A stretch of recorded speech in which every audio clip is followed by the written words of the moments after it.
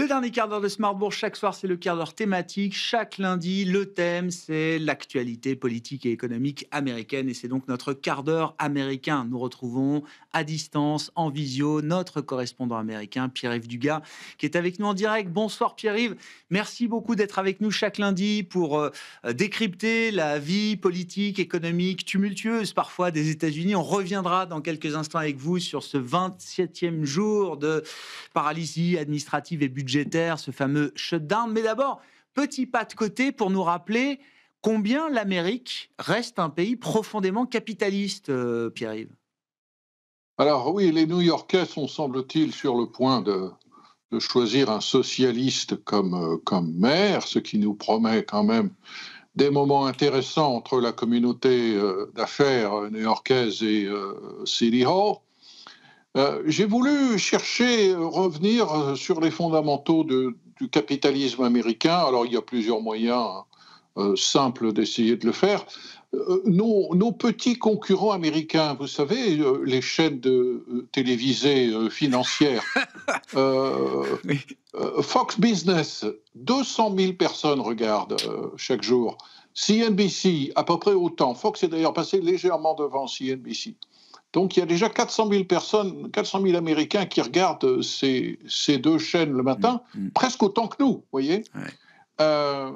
Une autre manière de comparer, pour vous donner un ordre d'idée, Good Morning America sur ABC, qui est le grand show télévisé du matin, c'est 2 700 000. Alors, les Américains sont-ils, malgré ce que certains veulent nous faire croire, toujours aussi capitalistes qu'avant ? Eh bien oui.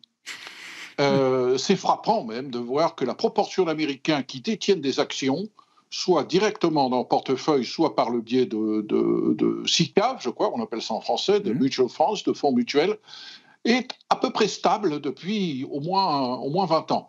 En 1998, cette proportion était de 62%, c'est la même aujourd'hui. On a observé de légères variations, en particulier à la suite de la crise de 2008, et entre 2013 et 2016, cette proportion, qui est de 62 aujourd'hui, était tombée à 52.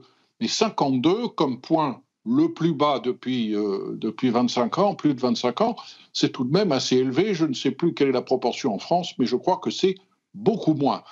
Quand on regarde comment cet actionnariat populaire s'éclate en fonction de critères socio-économiques, alors là, je suis désolé de le dire pour les woke, mais le genre n'entre pas en ligne de compte. Les femmes comme les hommes détiennent en proportion autant d'actions aux États-Unis, de même que les préférences politiques ne font pas de différence.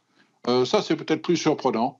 Il y a vraiment un consensus social autour de la détention d'actions. C'est ce que vous dites, Pierre-Yves. Exactement. Les démocrates sont tout aussi capitalistes que les républicains. Je sais, c'est un sujet de désespoir pour certains grands esprits. Alors, plus on est riche, plus on a un niveau d'éducation élevé, d'ailleurs les choses sont étroitement liées, plus on détient d'actions. Quelques chiffres. 52%, donc c'était le point le plus bas auquel on est arrivé entre 2013 et 2016. 84% des diplômés d'université sont détenteurs d'actions aux États-Unis. 87% des personnes qui déclarent des revenus annuels supérieurs à 100 000 $ sont détenteurs d'actions. Ça n'est pas très surprenant. Moi, ce qui m'a le plus surpris dans ces chiffres, que j'ai pris dans un sondage réalisé par la société Gallup, qui fait le même sondage depuis plus de 30 ans, ce qui nous permet donc de comparer d'une année sur l'autre, c'est qu'il y a un élément socio-économique qui intervient et qui semble vraiment déterminant dans la décision de détenir des actions en portefeuille, c'est celui du statut marital. Quand on est célibataire, la proportion de détenteurs d'actions tombe à 49%. Quand on est marié, elle grimpe à 77%. Alors là, si j'étais étudiant en doctorat de sociologie, de socio-économie, je me pencherais sur cet étrange phénomène. Et puis, vous me voyez venir, il y a d'autres catégories qui sont couramment détaillées dans les statistiques américaines, qui sont, je crois, souvent interdites en France, en fonction de l'ethnie, qui nous permettent de dire que, oui, les Blancs souvent parce que ce sont aussi, parmi les Blancs que l'on compte les plus riches d'ailleurs, les Blancs détiennent plus d'actions en proportion que les Noirs, 70% pour les Blancs adultes. Pour les Afro-Américains adultes, la proportion est de 53%. Pour les Hispaniques adultes, elle est de 38%. Vous voyez que même dans ces catégories qui parfois sont stéréotypées, y compris dans la presse américaine, le capitalisme est quand même quelque chose qui fait consensus. Bon, un consensus capitaliste préservé aux États-Unis, on pourra s'en réjouir. Pierre-Yves, les États-Unis, il n'en reste pas moins qui vivent au rythme de la paralysie. Alors, je ne sais pas dans quelle mesure ça affecte le quotidien des Américains aujourd'hui. En tout cas, cette paralysie budgétaire, elle se poursuit. 27e jour aujourd'hui. Faut-il comprendre que la situation de shutdown satisfait le camp majoritaire et la présidence à la Maison-Blanche, Pierre-Yves? Alors écoutez, le président Trump, ça n'a pas l'air de l'empêcher de dormir. Il profite de cette situation pour afficher beaucoup d'activités à l'international. Le shutdown ne l'empêche pas d'aller en Israël, d'aller en Égypte. Il était en Malaisie au cours du week-end. Il est au Japon aujourd'hui, où il a rencontré l'empereur, qu'il a d'ailleurs qualifié de great man, alors que, si j'ai bien compris la culture japonaise, l'empereur japonais est un dieu. Mais great man, l'empereur n'a pas l'air de lui en tenir rigueur. Beaucoup d'activités donc pour Donald Trump, qui ne se laisse pas du tout paralyser par ce shutdown. Shutdown qui, je dirais pour l'Américain moyen, présente le plus gros d'inconvénients que l'annulation de 1400 vols par jour, ou le retard important de 1400 vols par jour, parce qu'il y a beaucoup d'absentéisme, car les aiguilleurs du ciel doivent continuer de travailler sans être payés. Nous sommes le 27 octobre, ça dure depuis 27 jours et ça commence à faire long. Qu'est-ce qui va se passer? Une date importante, c'est le 1er novembre. Le 1er novembre, au lendemain de Halloween, s'ouvre la fenêtre de shopping de l'assurance maladie pour les Américains.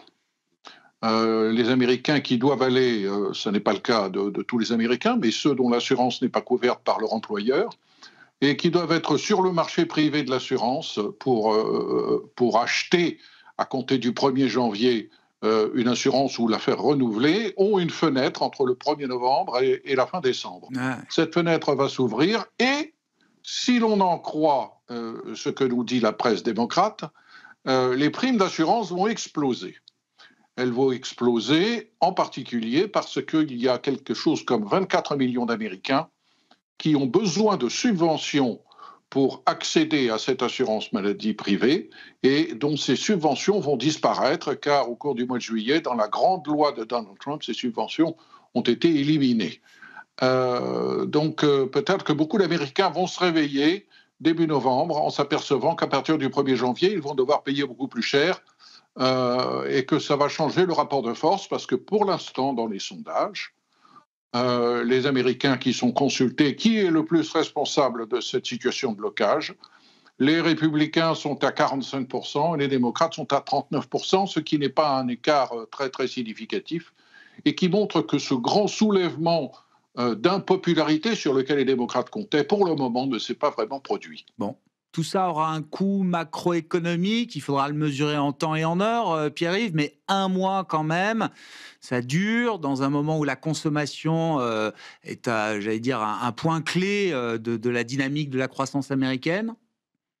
C'est très mauvais pour les salons de coiffure à Washington, c'est très mauvais pour les restaurants à Washington, c'est très mauvais pour les stations-service, c'est très agréable pour circuler dans Washington. 15 milliards de dollars par semaine, c'est le coût que l'on estime pour l'ensemble de l'économie américaine de ce shutdown. C'est difficile à mesurer parce qu'une fois que le shutdown s'arrête, les fonctionnaires, en particulier ceux que l'on a obligés à travailler sans salaire pendant déjà 27 jours, vont être payés rétroactivement. Donc ils vont surconsommer au cours des semaines qui vont suivre la fin du shutdown, ne pouvant rattraper qu'en partie ce qu'ils n'auront pas pu dépenser. Les restaurants qui sont vides aujourd'hui ne seront pas 2 fois plus pleins, ça n'est pas possible. Et oui, c'est même encore plus vrai pour le coiffeur. On a raté une coupe chez le coiffeur, on va pas aller en faire deux. Je vous regarde en même temps, Pierre-Yves. On va pas aller en faire deux une fois qu'on aura été payé après la fin du shutdown. Merci beaucoup, Je Pierre-Yves. fais beaucoup d'économies de coiffeur. Ouais, merci pour cette chronique hebdomadaire de la vie économique et politique américaine sur l'antenne de Bismart for Change dans Smart Bourse chaque lundi 17h45 si vous nous suivez en direct, ce quart d'heure américain que vous retrouvez bien sûr comme tout le reste en replay sur bismart.fr.